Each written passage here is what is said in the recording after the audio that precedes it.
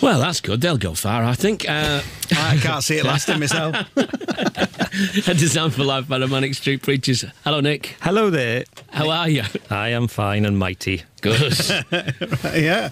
Blimey, so, I mean, taking stock or what? All these singles on one album. 38, is it? I know, all 38. That's something of a record, I think, isn't it? We were talking before about your old sparring partners, REM, have decided they're splitting up today, but Stuart was reminding us that you said you were splitting up after one album. Do you remember that? I do remember. I remember the pain in James and Sean's face when me and Richey used to go, we're going to split up, as they were just, delving deep into the music of their heart. Yeah.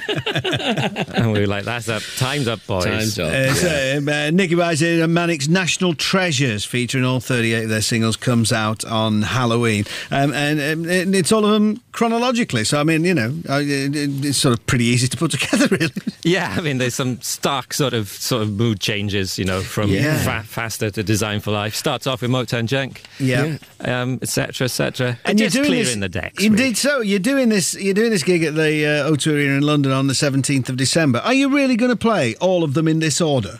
I'm not sure about the order, but we're going to play all of them. But we do need to be tactically correct about this, otherwise we might all be having heart attacks on stage if it's Motown, You Love Us Faster together. It might not work out. Yeah, well, James said that it's going to be 4 hours. Perhaps he's doing a solo set. I reckon with the interval it'll be 3 hours. I think 38 times 4 with a half-hour interval for ice cream, massage and oxygen.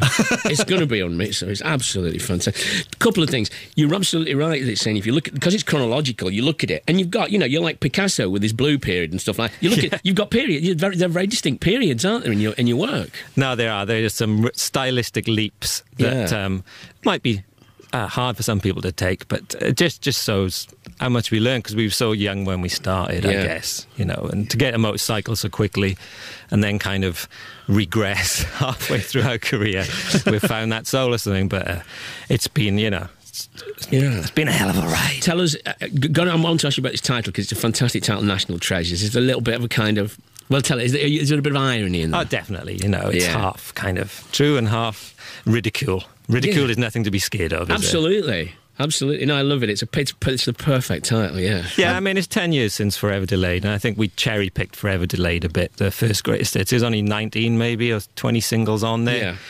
Yeah. And, it just felt like, before we can actually move on to something new and deep and interesting, just a sort of clearing of the decks to get rid of it all, really. Are there some particular ones that you haven't played that much that you're really looking forward to revisiting, and equally, are there some that you're a bit scared of, or in fact never liked much? Well, we're trying to find someone who plays the xylophone for So I So Sad, because there's a xylophone solo in there. Might give Rolf Harris a call. Patrick Moore. Patrick Moore, that would be brilliant, wouldn't it? Yeah, I don't think you're politically on the same wavelength as him. But there you go. Tracy Lords followed by Patrick Moore. As Mark's saying, though, are there any that you think, blimey, that'll be fun to do? Because with that kind of, I've looked at a couple that are kind of not forgotten about, but you know what I mean? Like I do.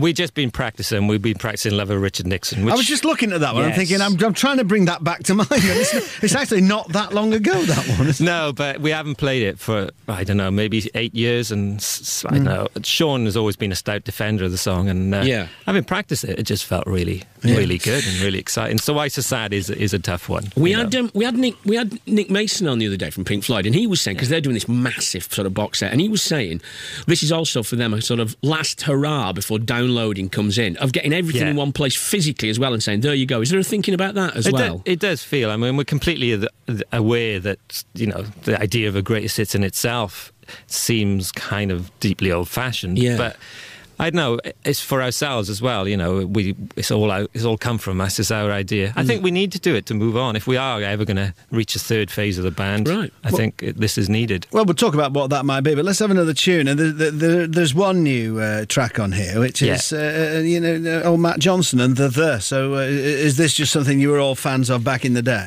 I just think a really underrated band. This song especially is just a pure sort of indie pop classic.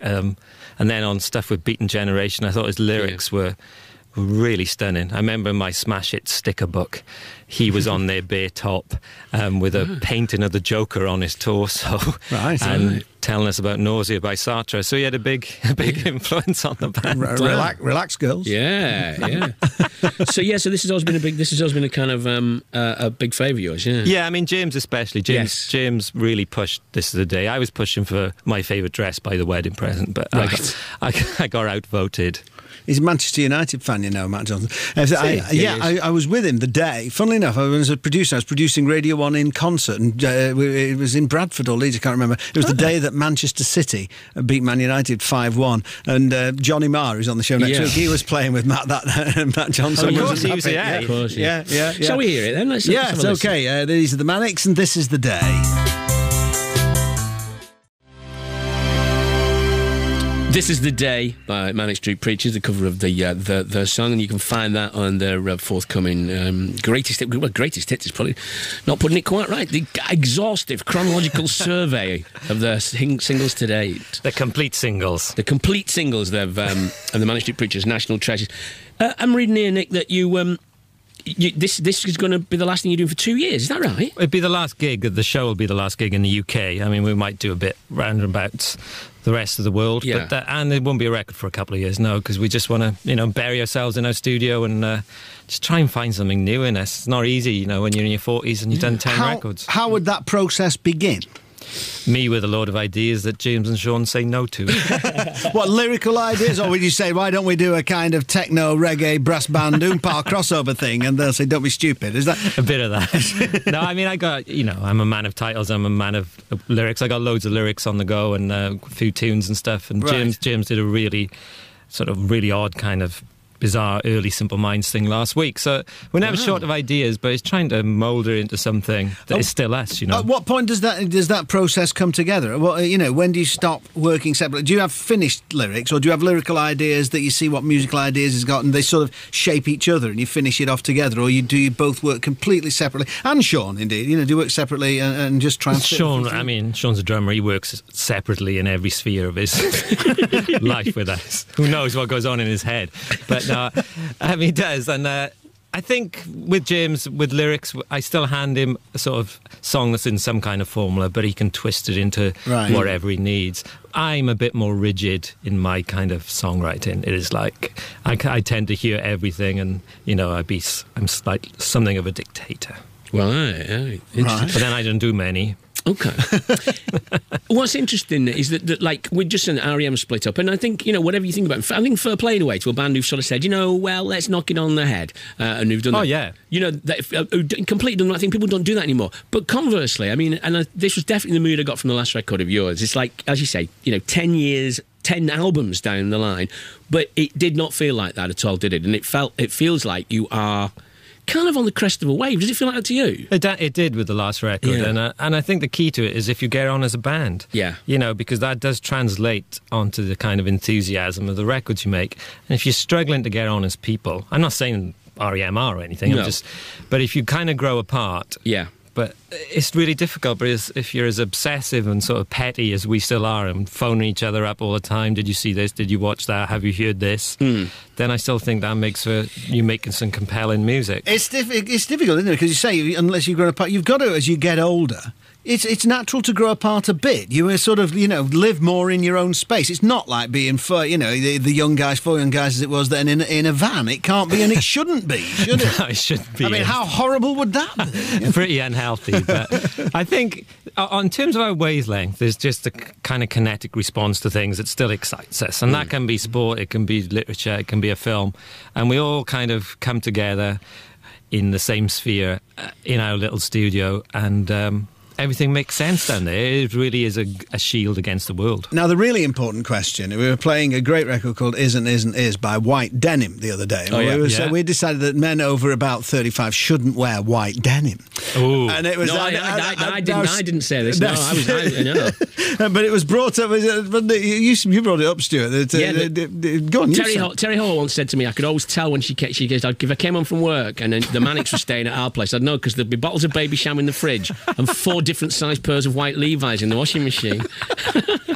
I mean, I think if you've got legs like me, you can still pull off white denim. I think you probably could, yeah, but you have got to be stick thin and 7 feet tall. I'd like, a kind of bulbous, balding sort of tyre fitter of a guy. Not wishing to disparage tyre fitters, but you know what I mean? It just can't be done. So well, I'm sure there's going to be some serious white jeans at this gig we're doing. You should make it compulsory. You should make it a dress code. Will you be doing anything else in the next 2 years? I mean, will you just look forward to spending time at home or playing golf? Or what will you do apart from thinking about the direction of the next record, which you've given yourself this time to do? Yeah, I am sort of digging deep right into my kind of autobiography, whatever you want to call it, the favourite thing. And I'm making some good progress with that. Great. And the Polaroid book's out in a couple of months. Great. Which is gorgeous. So, I mean, I'm really enjoying kind of writing at the moment. It's a very daunting prospect. I mean, you two have done it and done it very well. But thank you. But so I was going to ask you about that. So it's coming on well, is it? Yeah, it is. I'm doing it in batches, really. Yeah. Well, you must come and see us with one or other of your books, or when you pass it through. You should try and come at some point, because there's big pictures of you and James up here, and this building gets demolished in the new year. Because it's not again. Are you moving to Salford? We'll take them with us. Don't worry. We'll take them with us. We'll keep them for you. We'll take them. I think I need to come to the opening of that. Oh yeah, I think it's lovely to see you. It would be great. Yeah, it'd be great to see you. This is you.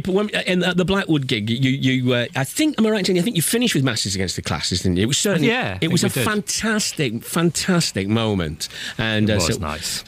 It was just, it was an extraordinary evening. So hopefully the Christmas gig will be like that as well, yeah. Yeah, it's going to be a visual spectacular. There's going to be lots of guests. I think Nina's pretty much confirmed she's coming over to do Your Love Alone. There'll be a few more. There'll be snow. There'll be confetti. All right.